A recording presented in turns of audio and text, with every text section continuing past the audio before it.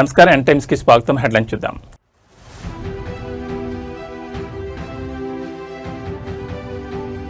మహాలక్ష్మి ఉచిత ప్రయాణం super success. మహిళా సాధికారతలో సరికొత్త మైలురాయి. పరేడ్ గ్రౌండ్స్ లో 553 బస్సులను ప్రారంభించిన సీఎం రేవంత్.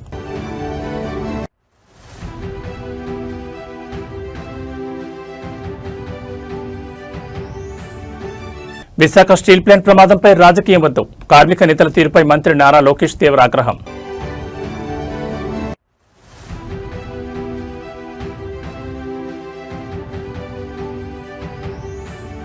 ప్రధాని నరేంద్ర మోడీ చారిత్రాత్మక 12 ఏళ్ల పాలన పూర్తి.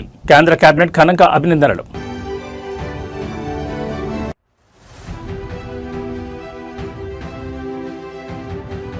భాగ్యనగరాన్ని వణికించిన భారీ వర్షం. బేగంపేట్, ఖైరతాబాద్ పరిధిలో ఏకంగా 9 సెంటీమీటర్ల కుండపోత. రంగంలోకి హైడ్రా డిజాస్టర్ రెస్పాన్స్ ఫోర్స్ బలగాలు. ఇక డీటెయిల్స్ చూస్తే, విశాఖ స్టీల్ ప్లాంట్ ప్రమాదం చుట్టూ కొందరు నేర్పుతున్న రాజకీయంపై రాష్ట్ర ఐటీ శాఖ మంత్రి నారా లోకేష్ తీవ్ర ఆగ్రహం వ్యక్తం చేశారు. ప్రమాద బాధితులను పరామర్శించేందుకు వైజాగ్ వెళ్లిన లోకేష్ ని కొందరు కార్మిక సంఘాల నేతలు, విపక్ష ప్రతినిధులు ప్లాంట్ పునరుద్ధరణ మరియు ప్యాకేజీలపై తప్పుడు ప్రశ్నలతో ఇబ్బంది పెట్టే ప్రయత్నం చేశారు. దీనిపై ఏమాత్రం వెనక్కి తగ్గని లోకేష్ సదరు నేతలకు మైండ్ బ్లాకింగ్ రిప్లై ఇచ్చారు.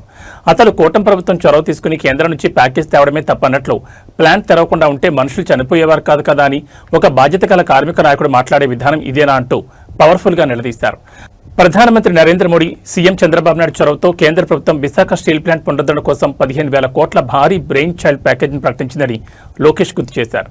ఆ ప్యాకేజీ రావడం వల్లే ప్లాంట్లో ఉత్పత్తి మళ్లీ ప్రారంభమైందని, కార్మికులకు జీతాలు అందుతున్నాయని వాస్తవాలు వెల్లడించారు. ప్లాంట్లో ప్రమాదం జరగడం అత్యంత బాధాకరమని, అయితే కొందరు యూనియన్ లీడర్లు మీరు ప్యాకేజ్ ఇవ్వకుండా ప్లాంట్ తెరవకుండా ఉంటే ఈ ప్రమాదమే జరిగేది కాదు కదా, మనుషులు చనిపోయేవారు కాదు కదా అని అర్ధరహితంగా మాట్లాడడంపై లోకేష్ తీవ్ర అభ్యంతరం వ్యక్తం చేశారు. ఇదేనా మీరు మాట్లాడే విధానం? ప్లాంట్ ఎప్పటికీ మూతపడిపోవాలని మీరు కోరుకుంటున్నారంటూ వారిపై పవర్ఫుల్ గా విరుచుకుపడ్డారు. రాజకీయం పక్కన పెట్టి బాధితులను ఆదుకోవడమే కూటమి ప్రభుత్వం మొదటి ప్రాధాన్యతని లోకేష్ స్పష్టం చేశారు.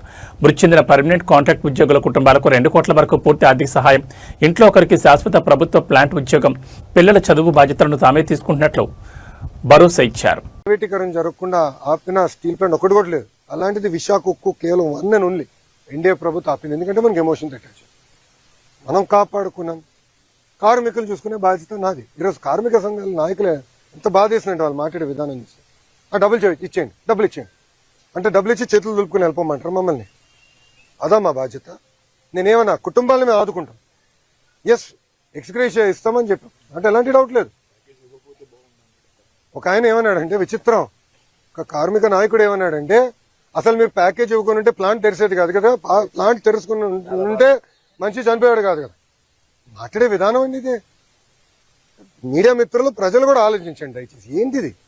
ఆంధ్రుల హక్కు విశాఖ స్టీల్ ప్లాంట్ పరిరక్షణ ఉద్యమంలో జనసేన అధినేత AP deputy CM Pawan Kalyan పాత్రపై ఇప్పుడు సోషల్ మీడియా వేదిక ఒక పవర్ఫుల్ డిబేట్ నడుస్తోంది. అధికారంలో ఉన్నా లేకపోయినా మాట తప్పకుండా కార్మికుల వెంటే నిలబడిన ఏకైక నాయకుడు పవన్ కళ్యాణ్ అంటూ నెట్జన్లు పాత కొత్త విజువల్స్ ను మైండ్ బ్లాకింగ్ రీతిలో ట్రెండ్ చేస్తున్నారు. నాడు ప్రతిపక్షంలో ఉండి విశాఖ గడ్డపై కార్మికులకు మద్దతుగా నిలిచిన జనసేనాని గత వైసీపీ ప్రభుత్వ హయాంలో స్టీల్ ప్లాంట్ ప్రైవేటీకరణ అంశం తెరపైకి వచ్చినప్పుడు పవన్ కళ్యాణ్ స్వయంగా విశాఖకు తరలివెళ్లి కార్మిక సంఘాల బహిరంగ సభలో పాల్గొని అండగా నిలిచారు. కేంద్రంలో ఉన్న పెద్దలతో మాట్లాడి కార్మికులకు అన్యాయం జరగకుండా చూసే బాధ్యత తనదంటూ ఆయన ఇచ్చిన మైండ్ బ్లాకింగ్ భరోసాను కార్మికులు నేటికి గుర్తు చేసుకుంటున్నారు. కూటమి ప్రభుత్వం ఏర్పడిన తర్వాత కూడా పవన్ కళ్యాణ్ తన మాటపైన నిలబడ్డారు. ఇటీవలే విశాఖ స్టీల్ ప్లాంట్ అంతర్గత సమస్యలపై, ప్రమాద బాధితుల పరామర్శపై ప్రత్యేక దృష్టి పెట్టిన ఆయన ప్లాంట్ ను లాభాల బాటలోకి తెచ్చేందుకు అవసరమైన వర్కింగ్ క్యాపిటల్ మరియు ముడిసరుకు సహాయం అందేలా కేంద్ర హోంమంత్రి అమిత్ షా, ప్రధాని నరేంద్ర మోడీతో చర్చలు జరుపుతున్నారు. CM Chandrababu, deputy CM Pawan Kalyan, IT మంత్రి నారా లోకేష్ ముగ్గురు కలిసి విశాఖ స్టీల్ ప్లాంట్ ను ఆంధ్రప్రదేశ్ పారిశ్రామిక బ్రాండ్ గా నిలబెట్టేందుకు ఏకతాటిపైకి రావడం కార్మిక వర్గాల్లో నెక్స్ట్ లెవెల్ నమ్మకాన్ని పెంచింది. తప్పుడు ప్రచారం నమ్మొద్దని, స్టీల్ ప్లాంట్ రక్షించుకుంటామని జనసేన, టీడీపీ శ్రేణులు సోషల్ మీడియాలో పవర్ఫుల్ గా చాటి చెప్తున్నాయి.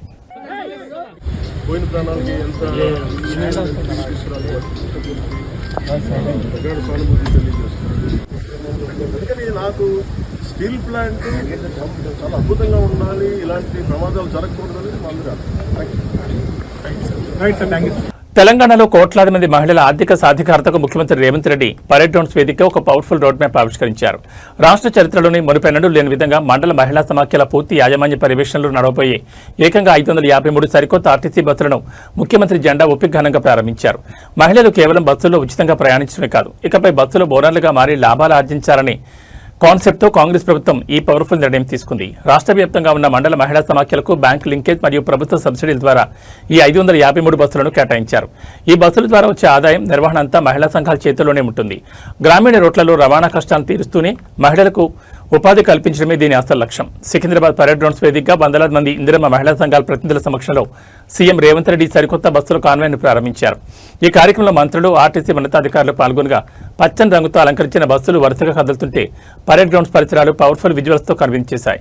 ఇప్పటికే రాష్ట్రంలో మహిళలకు ఉచిత బస్సు ప్రయాణం సదుపాయం సూపర్ సక్సెస్ కాగా ఇప్పుడు నేరుగా మహిళా సమాఖ్యల ఆధ్వర్యంలోని వందలాది బస్సులు రోడ్డెక్కడం ప్రభుత్వానికి ప్రజల్లో మైలేజ్ ఇస్తుందని విశ్లేషకులు భావిస్తున్నారు. ఈ బస్సుల ద్వారా మారుమూల గ్రామాలకు కూడా రవాణా సౌకర్యం మరింత మెరుగుపడనుంది.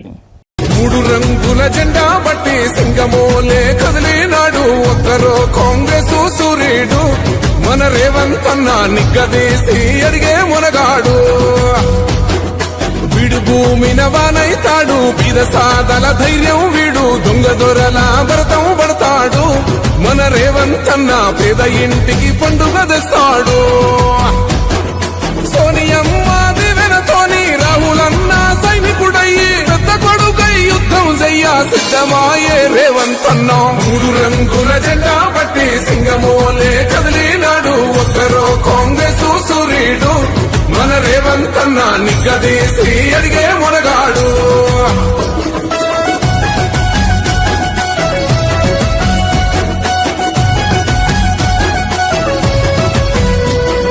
దాడులెన్ని జరిగిన గాని దడువలేదు రేవంత్ అన్న గంతకంతా ఎత్తుకు ఎదిగాడో.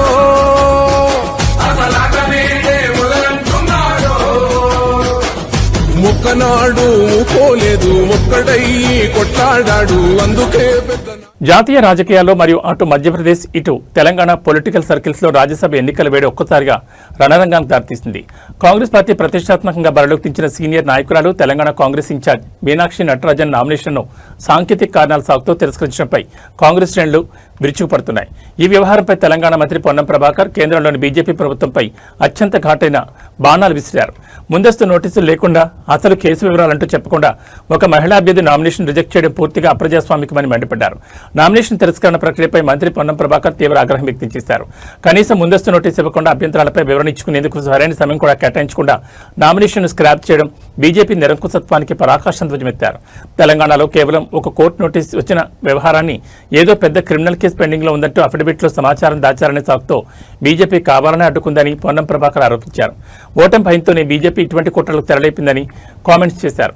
ఢిల్లీ వేదికగా మహిళా సంక్షేమం, నారీ శక్తి గురించి గొప్పలు చెప్పుకునే బీజేపీ క్షేత్రస్థాయిలో మాత్రం ఒక బలమైన మహిళా నాయకురాలు పార్లమెంట్కి వెళ్లకుండా ఇలాంటి కక్ష సాధించి రాజకీయాలు చేయడం సిగ్గుచెట్టును దుయ్యబట్టారు.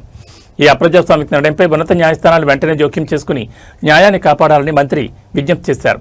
మీనాక్షి నటరాజన్ గారి నామినేషన్ రద్దుపై మంత్రి పొన్నం ప్రభాకర్ లేవనెత్తిన ఈ పవర్ఫుల్ ప్రశ్నలు ఇప్పుడు ఢిల్లీలోని కేంద్ర ఎన్నికల సంఘం కార్యాలయం నుంచి గల్లీ రాజకీయాల వరకు తీవ్ర చర్చకు దారితీశాయి. మీనాక్షి నటరాజన్ గారి రాజ్యసభ నామినేషన్ ను తిరస్కరించడం పూర్తిగా అప్రజాస్వామికం, రాజ్యాంగ విరుద్ధం. తను ఎటువంటి కేసు హాజరు కాకుండా, నోటీసు లేకుండా, తనపై కేసున్న అంశం కూడా తెలియని పరిస్థితుల్లో ఎన్నికల అఫిడవిట్లో ఆ కేసును మెన్షన్ చేయలేదనేటువంటి ఆలోచనతో భారతీయ జనతా పార్టీ కుట్రపూరిత రాజకీయాల్లో భాగంగా ఎన్నికల నామినేషన్ స్క్రూటినీ చేసినారు.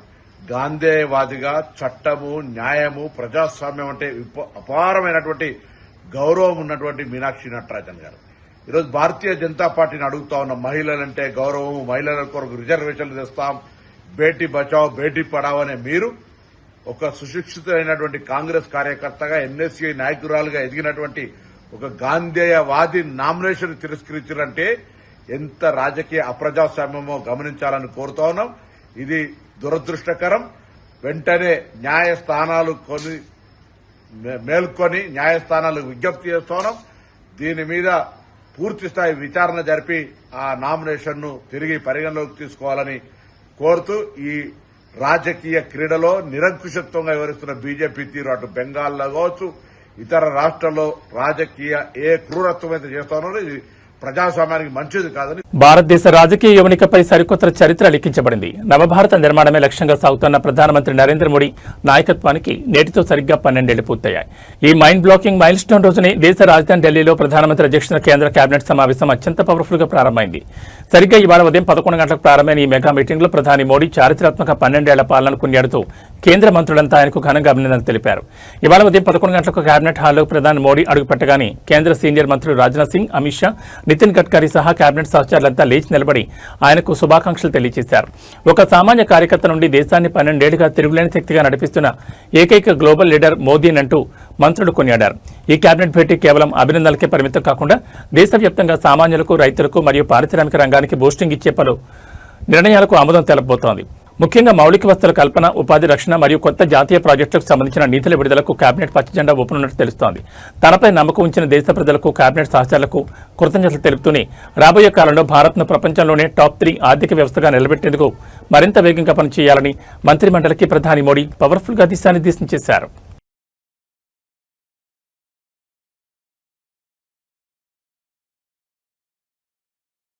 ఆంధ్రప్రదేశ్లో కూటమి ప్రభుత్వం విద్యా వ్యవస్థను బలోపేతం చేస్తామని, ఉపాధ్యాయులకు పూర్తి గౌరవం ఇస్తామని చెబుతున్న మాటలకు క్షేత్రస్థాయిలో కొందరు అధికారులు తూట్లపడుతున్నారు. పొట్టి శ్రీరాములు నెల్లూరు జిల్లాలో ఒక ప్రభుత్వ ఉపాధ్యాయుడికి స్థానిక మండల విద్యాశాఖ అధికారికి నుంచి ఎదురవుతున్న నరకప్రాయమైన వేధింపుల ఉదంతం ఇప్పుడు సంచలనంగా మారింది. గత 3 సంవత్సరాలుగా సదర్ ఎంఈఓ ఆ టీచర్ను మానసికంగా, పరిపాలనా పరంగా తీవ్ర ఇబ్బందులు గురిచేస్తున్నారంటూ సంచలన ఆరోపణలు వెలుగుచూశాయి. సమాజానికి జ్ఞానాన్ని పంచే గురువు ఇలా రోడ్డున పడి బాధపడడం ఏమాత్రం మంచిది కాదంటూ ఉపాధ్యాయ సంఘాలు గర్జిస్తున్నాయి. నెల్లూరు జిల్లాకు చెందిన సదరు ఉపాధ్యాయుడు గత 3 ఏళ్లుగా స్థానిక ఎంఈఓ వేధింపుల వల్ల తీవ్రమైన మానసిక ఒత్తిడిని అనుభవిస్తున్నారు. సెలవుల మంజూరు, సర్వీస్ రిజిస్టర్ పనులు, లీవ్ శాలరీస్ వంటి చిన్న అడ్మినిస్ట్రేటివ్ విషయాల్లో కూడా సదరు అధికారి కావాలని సతాయిస్తున్నట్లు ఆరోపణలున్నాయి. విధి నిర్వహణలో ఎలాంటి లోటు లేకుండా పనిచేస్తున్నప్పటికీ తనను వ్యక్తిగతంగా లక్ష్యంగా చేసుకుని ఇబ్బంది పడుతున్నారంటూ ఆ ఉపాధ్యాయుడు ఆవేదన వ్యక్తం చేసిన విజువల్స్ నెట్టింట వైరల్ అవుతున్నాయి. చదువు చెప్పాల్సిన గురువు క్లాస్ రూమ్లో ప్రశాంతంగా ఉండలేకపోతే విద్యార్థుల భవిష్యత్తు ఏం కావాలని స్థానిక తల్లిదండ్రులు ప్రశ్నిస్తున్నారు. నెల్లూరు జిల్లాలో వెలుగు చూసిన ఈ ఉపాధ్యాయుడి బాధ రాష్ట్ర వ్యాప్తంగా ఉన్న విద్యాశాఖ ఉన్నతాధికారుల వరకు చేరింది. మరి విద్యాశాఖ డైరెక్టర్ మరియు జిల్లా కలెక్టర్ ఈ అంశంపై ఎలాంటి యాక్షన్ ప్లాన్ తీసుకుంటారో చూడాలి.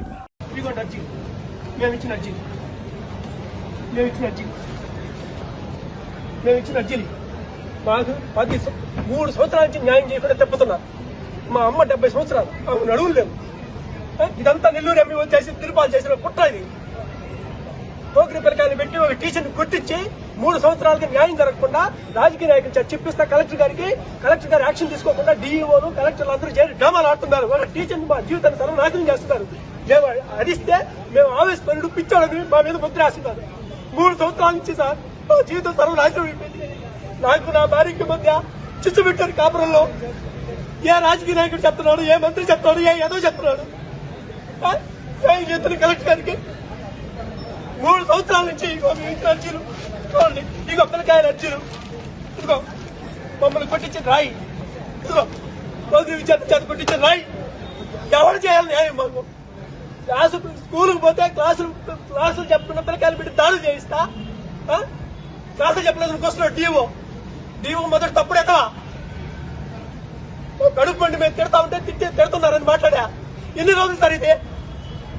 మేము ఇక్కడ కూర్చుంటాం సాయంత్రం దాకా, ఇక్కడే కష్టం. మేము న్యాయం చేసిన దాకా చూసాము. ఇన్ని రోజులు 3 సంవత్సరాల నుంచి సమయం పాటించాం. మేము న్యాయం చేస్తాం. కలెక్టర్ రావడం అసలు తప్పించుకొని తిరుగుతున్నారు అందరూ. మాకు ఎవరు చేయాలి న్యాయం? కోర్టు పోతే అడ్వకేట్లు కొరిపాలు అవుతున్నాడు అతను తిరుపాలు.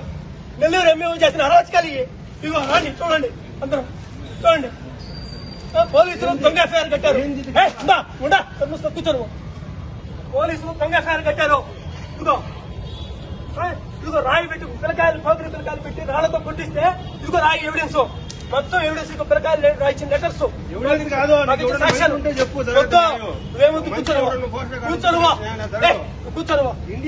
కూర్చో. నేను ఒక్కడే కూర్చుంటా. మాకు ఎవరు న్యాయం చేయకుండా, మాకు న్యాయం జరగకుండా, మా పక్క ఎవరు నిలబడకుండా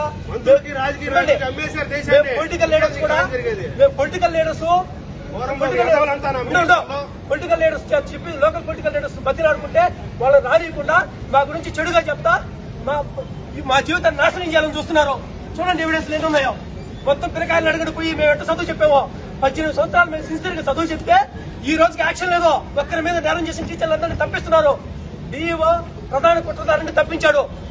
అసలు విశాఖ స్టీల్ ప్లాంట్ దురదృష్టకర ప్రమాదం ఏపీ రాజకీయాల్లో నెక్స్ట్ లెవెల్ పొలిటికల్ రంగానికి దారితీసింది. స్టీల్ ప్లాంట్ వేదికగా కూటమి మంత్రులు పవన్ కళ్యాణ్, నారా లోకేష్ ఆడుతున్న శవ రాజకీయాలపై వైసీపీ విరుచుకుపడింది. వైసీపీ జిల్లా అధ్యక్షుడు మాజీ మంత్రి పేర్ని నాని ప్రెస్ మీట్ వేదికగా జనసేనాని పవన్ కళ్యాణ్పై విమర్శనాస్త్రాలు సంధించారు. పవన్ కళ్యాణ్ రాజకీయాల కోసం ఎంత దిగజారైనా మాట్లాడతారు. అబద్దాలను పవర్ఫుల్ గా ప్రచారం చేయడంలో ఆయన నెక్స్ట్ లెవెల్ అంటూ పేర్ని నాని పక్కా ఆధారాలతో నిలదీశారు. పేర్ని నాని మాట్లాడుతూ స్టీల్ ప్లాంట్ను కాపాడింది తామేనంటూ కూటమి నేతలు అబద్దాలు చెప్తున్నారని మండిపడ్డారు. పవన్ కళ్యాణ్ తన పొలిటికల్ మైలేజ్ కోసం కార్మికుల ప్రాణాలను, ప్లాంట్ భవిష్యత్తును పణంగా పెట్టి కేంద్ర పెద్దల ముందు మోకరిల్లుతున్నారని ఆరోపించారు. కేంద్రం 100% ప్రైవేటీకరణ చేయాలని పట్టుబట్టినప్పుడు నాటి ముఖ్యమంత్రి వైఎస్ జగన్మోహన్ రెడ్డి అసెంబ్లీ సాక్షిగా ప్రైవేటీకరణకు వ్యతిరేకంగా తీర్మానం ఆమోదించి కేంద్రానికి పంపిన హిస్టరీని నాని గుర్తు చేశారు. జగనన్న ప్లాంట్ రక్షణ కోసం అంతగా పోరాడితే నేడు పవన్ కళ్యాణ్ సిగ్గు లేకుండా వైసీపీపై బురద జల్లడం వెంటనే నిలదీశారు. ప్లాంట్లో జరిగిన ప్రమాదంపై మాట్లాడుతూ 22 మంది చేయాల్సిన పనిని కేవలం 11 మందితో చేయించడం వల్లే ఈ ఘోరం జరిగిందన్నారు. గత 2 ఏళ్లుగా కేంద్రం వీఆర్ఎస్ పేరుతో అనుభవజ్ఞులైన కార్మికులను బలవంతంగా పంపించి తక్కువ జీతాలకు అనుభవం లేని వారితో పని చేయించడం వల్లే ఈ విషాదం జరిగిందని, దీనికి కేంద్ర రాష్ట్ర ప్రభుత్వాల నిర్లక్ష్యమే కారణమని నిజాలు వెల్లడించారు. పవన్ కళ్యాణ్ గారు మీడియాతో మాట్లాడుతూ ఈరోజు విశాఖపట్నంలో పవన్ కళ్యాణ్ గారు మీడియాతో మాట్లాడుతూ ఏం మాట్లాడతారు? జగన్మోహన్ రెడ్డి గారు ముఖ్యమంత్రిగా ఉండగా అంట స్టీల్ ప్లాంట్ని అమ్మేద్దామని చూశాడంట. స్టీల్ ప్లాంట్ని అమ్మేద్దామని చూశాడంట. ఈయన ఏదో కాగితం మీద రాసుకెళ్ళి సెంట్రల్ హోమ్ మినిస్టర్ గారికి ఇవ్వగానే వెంటనే ఆపేశారంట. మాట్లాడటానికి అంటే రాజకీయాల కోసం ఎంత దిగజారైనా పవన్ కళ్యాణ్ గారు ఏమైనా మాట్లాడతాడు, ఏమైనా చేస్తాడు. ఇంకా పవన్ కళ్యాణ్ గారు ఇది దుర్మార్గం కదా మీరు మాట్లాడేది, నీచం కూడా కదా అది. చూడండి కేంద్ర మంత్రి గారు ఏం మాట్లాడుతున్నాడు, ఏమని చెప్పాడు కేంద్ర మంత్రి గారు? In Covid period 2018-19 and 2020-21 they earned the profit of 92 crores and 930 crores in that 2 years. But ultimately in 2021 January, I think, our Deepam, they have decided to disinvestment for 100%. To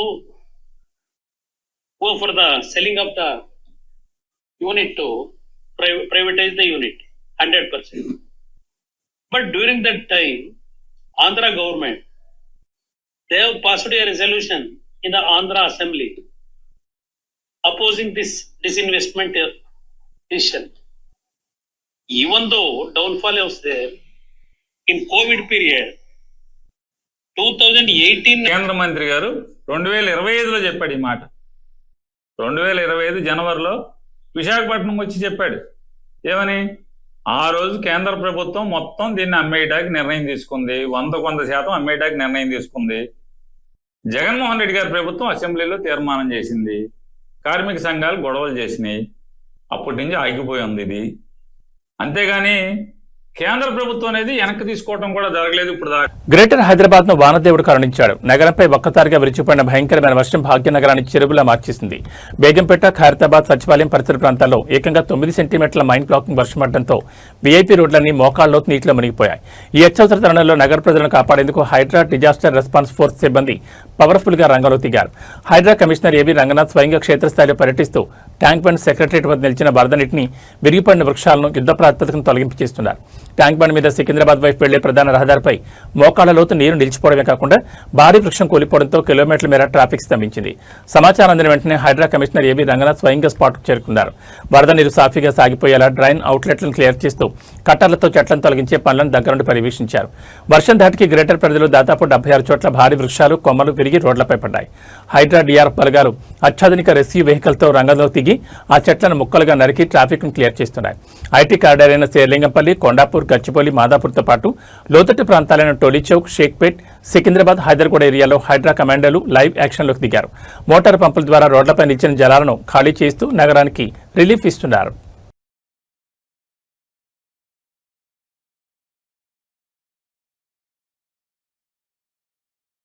Telangana రాజకీయ మరియు సామాజిక చరిత్రలో జూన్ 9వ తేదీ ఒక అద్భుత ఘట్టానికి వేదికగా నిలిచింది.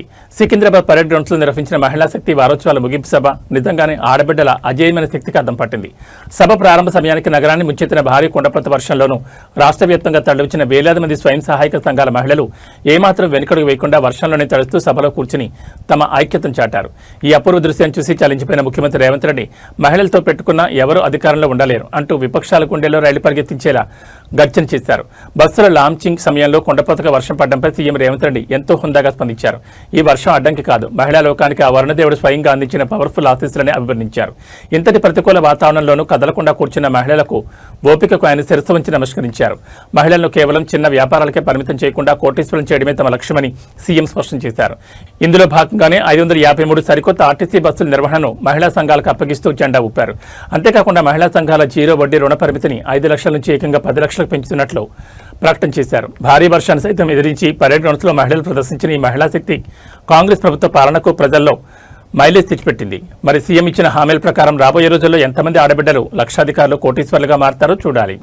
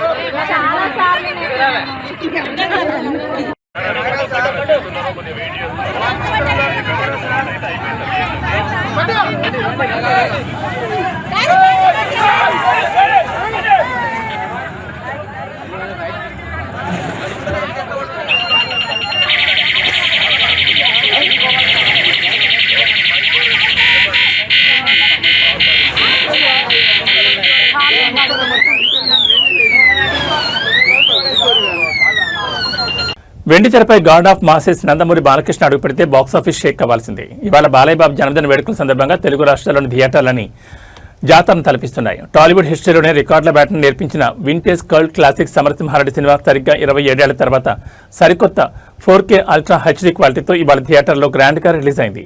ఉదయం అటు నుంచే నందమూరి అభిమానులు థియేటర్ల వద్ద కొబ్బరికాయలు కొడుతూ స్క్రీన్ల ముందు పేపర్లు విసురుతూ జరిపిన లైవ్ హంగామా ఇప్పుడు సోషల్ మీడియాను పూర్తిగా షేక్ చేస్తోంది. థియేటర్లో నందమూరి లోకోద్ధారక అనే పవర్ఫుల్ సాంగ్ రాగానే థియేటర్ల రూఫులు బద్దలైపోయేలా ఫ్యాన్ తలుపులతో హోరెత్తించారు. హీరోయిన్లు సిమరాన్, అంజలా జవేర్లతో బాలయ్య బాబు వేసిన గ్రేస్ఫుల్ స్టెప్లకు మణిశర్మ అందించిన మైండ్ బ్లాకింగ్ బ్యాక్గ్రౌండ్ స్కోర్కు థియేటర్ లోపల యువత మాస్ డాన్సులతో బీభత్సం సృష్టిస్తున్నారు. దివంగత నటుడు జయప్రకాష్ రెడ్డి రాయలసీమ యాస విలనిజం, దానికి పోటీగా బాలయ్య బాబు తొడగొట్టి చెప్పే పవర్ఫుల్ డైలాగులు, యాక్షన్ సీక్వెన్స్లు వస్తుంటే స్క్రీన్ల ముందు పేపర్లు విసురుతూ ఫ్యాన్స్ పూనకాలతో ఊగిపోతున్నారు. కొత్త సినిమాలకు రాని రేంజ్లో థియేటర్ల వెలుపల భారీ కటౌట్లు, బాణసంచా కాలుస్తూ పండగ వాతావరణాన్ని తీసుకొచ్చారు. అటు సమరసింహారెడ్డి రీ రిలీజ్ హ్యాపీనెస్ ఒకవైపు ఉంటే, ఇటు బాలయ్య బర్త్డే స్పెషల్ గా గోపిచంద్ మల్లేని కాంబినేషన్లో రాబోతున్న ప్రతిష్టాత్మక చిత్రం NBK 111 నుంచి విడుదలైన mind blocking glimpse visuals Nandamuri అభిమానులకు పవర్ఫుల్ డబుల్ ట్రీట్ ఇచ్చాయి. బంగారం, వెండి కొనాలనుకునే నగర ప్రజలకు ఇవాళ ఒక మైండ్ బ్లాకింగ్ గుడ్ న్యూస్ అందింది. గత కొన్ని వారాలుగా ఆకాశమే హద్దుగా పెరుగుతూ లక్షల మారుతాటిన పసిడి ధరలు ఇవాళ మార్కెట్లో కుప్పకూలాయి. హైదరాబాద్ బులియన్ మార్కెట్ చరిత్రలోనే అత్యంత భారీ పతనాల్లో ఒకటిగా నిలిచేలా ఇవాళ ఉదయమే బంగారం ధరలు వేలల్లో దిగివచ్చాయి. అటు 24 క్యారెట్ల స్వచ్ఛమైన బంగారం, ఇటు ఆభరణాల తయారీకి వాడే 22 క్యారెట్ల పసిడితో పాటు వెండి ధర కూడా ఊహించని రీతిలో భారీగా క్షీణించింది. హైదరాబాద్లో ఇవాళ అత్యంత నాణ్యమైన 24 క్యారెట్ల 10 గ్రాముల బంగారం ధర ఏకంగా 4,300 పతనమై 1,48,860 మార్కు చేరింది. నిన్నటి వరకు కొండే కూర్చున్న ధర ఇవాళ ఒక్కసారిగా వేలలో తగ్గడంతో పెట్టుబడిదారులు షాకు గురవుతున్నారు. సామాన్యులు ఎక్కువగా కొనుగోలు చేసే ఆభరణాల 22 క్యారెట్ల 10 గ్రాముల బంగారం ధర కూడా ఇవాళ 3,950 మేర భారీగా తగ్గింది. దీంతో మార్కెట్లో ప్రస్తుత రేటు 1,36,450 పలుకుతోంది. పసిడి ప్రియులకు ఇది ఒక రకంగా పవర్ఫుల్ బూస్టింగ్ అని చెప్పాలి. పసిడి కంటే వేగంగా ఇవాళ వెండి ధర మార్కెట్లో కుప్పకూలింది. ఒకే రోజు ఏకంగా 10,000 మేర పతనమై కేజీ సిల్వర్ రేటు ప్రస్తుతం 2,60,000 పడిపోయింది. తెలుగు రాష్ట్రాల్లోని వివిధ నగరాలు, ప్రాంతాలను బట్టి ఈ ధరల్లో స్వల్పంగా తేడాలుండే అవకాశం ఉందని నిపుణులు చెబుతున్నారు. హైదరాబాద్తో పాటు దేశవ్యాప్తంగా బులియన్ మార్కెట్లను షేక్ చేసిన ఈ భారీ ధరల తగ్గింపు జ్యువెలరీ షాపులకు కస్టమర్ల తాకిడిని మైండ్ బ్లాకింగ్ రీతిలో పెంచబోతోంది.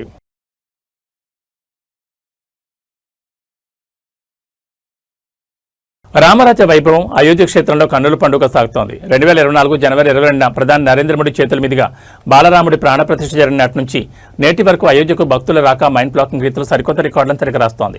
గడిచిన కాలంలో ఏకంగా 15 కోట్లకు పైగా భక్తులు అయోధ్య రామయ్యను దర్శించుకున్నట్లు శ్రీరామ జన్మభూమి తీర్థక్షేత్ర ట్రస్ట్ అధికారికంగా ప్రకటించింది. కేవలం భక్తుల సంఖ్య కాదు, భక్తితో వారు సమర్పించిన కానుకలు, విరాళాల మొత్తం కూడా అక్షరాల 500 కోట్ల మార్కును దాటిపోవడం ఇప్పుడు జాతీయ స్థాయిలో సంచలనంగా మారింది. మొత్తం విరాళాలలో ఆన్లైన్ బ్యాంకింగ్, క్యూఆర్ కోడ్లు మరియు ఆలయ ప్రత్యేక కౌంటర్ల ద్వారా అత్యధికంగా 350 కోట్ల నిధులు జమయ్యాయి. ఇక ఆలయ ప్రాంగణంలో ఏర్పాటు చేసిన 4 పెద్ద హుండీల ద్వారా భక్తులు నేరుగా సమర్పించిన నగదు, బంగారం, వెండి కానుకల రూపంలో మరో 150 కోట్లు లభించినట్లు ట్రస్ట్ లెక్కలను బయటపెట్టింది. ఆలయానికి అందుతున్న ప్రతి రూపాయికి పక్కా లెక్కలున్నాయని ట్రస్ట్ ప్రతినిధులు స్పష్టం చేశారు. స్టేట్ బ్యాంక్ ఆఫ్ ఇండియా మరియు ఐసిఐసిఐ బ్యాంకుల ప్రత్యేక బృందాలు అత్యాధునిక కౌంటింగ్ మిషన్లతో నిత్యం ఈ విరాళాలు లెక్కిస్తున్నాయని, ఖర్చుల విషయంలో 100% పారదర్శకతను మరియు ఖచ్చితత్వాన్ని పాటిస్తున్నామని వెల్లడించారు. 2 సంవత్సరాల స్వల్ప వ్యవధిలోనే 15 కోట్ల మందికి పైగా భక్తులు దర్శించుకోవడం ప్రపంచంలోని ఏ పుణ్యక్షేత్రానికైనా అరుదైన రికార్డు. రోజు సగటున 1,00,000కు పైగా భక్తులు వస్తుండటంతో అయోధ్య నగరం ఆధ్యాత్మిక పర్యాటక కేంద్రంగా అంతర్జాతీయ స్థాయిలో అభివృద్ధి చెందుతోంది.